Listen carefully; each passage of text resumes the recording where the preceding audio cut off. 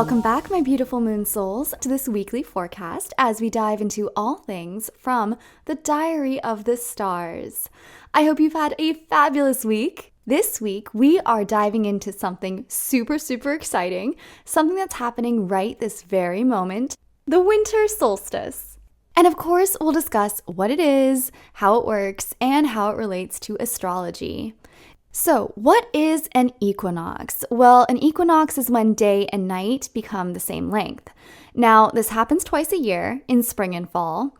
And then there's the solstice. So, solstices, on the other hand, are when day or night reaches its maximum length, meaning the longest day of the year in the summer or the shortest in the winter. Now, when we talk about equinoxes and solstices, it's important to know that they're also connected to the hemispheres, meaning the northern and the southern hemispheres. In the northern hemisphere, the winter solstice occurs in December. So that's when the day is shorter and the night is longer.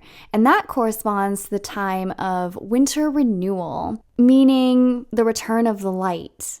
In the southern hemisphere, the winter solstice occurs in June, so a totally different month. And the day is shorter and the night is longer. These points in the year are associated with the cardinal signs of the Zodiac. So think Aries, Cancer, Libra, and Capricorn. Now, each of these events, whether it be an equinox or a solstice, opens a new season in nature and in life.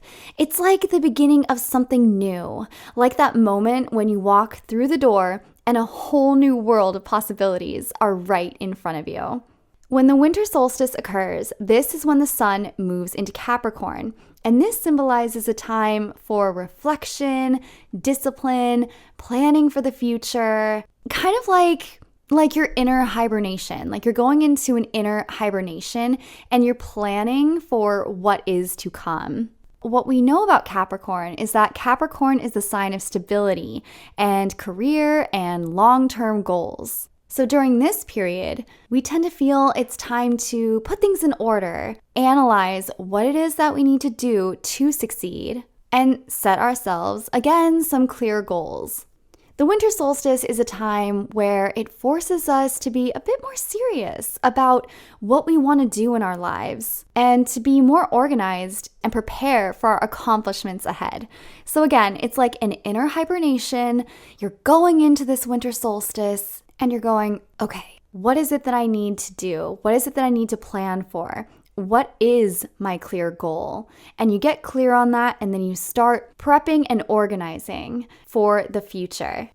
Now, as we're in the third week of December, this also creates an interesting question. For any of you that are Wiccan or Wicca practitioners, or you practice Wicca at all, there is some dispute among Wicca practitioners as to whether we should stick to the traditional Northern Hemisphere centered calendar or adapt it to the natural cycles of the region where we live. Some follow the traditional approach, so celebrating holidays on the same dates, regardless of the hemisphere, whether you live in the southern or the northern hemisphere. But because Wicca is a religion based on respect for nature and its cycles, many of the Wiccan practitioners choose to flip the holidays to the southern hemisphere, which is kind of an interesting way of looking at it. So if you are Wiccan or you practice Wicca, we would absolutely love to hear from you, as we know there are so many beautiful, unique souls that are watching or listening to our podcast.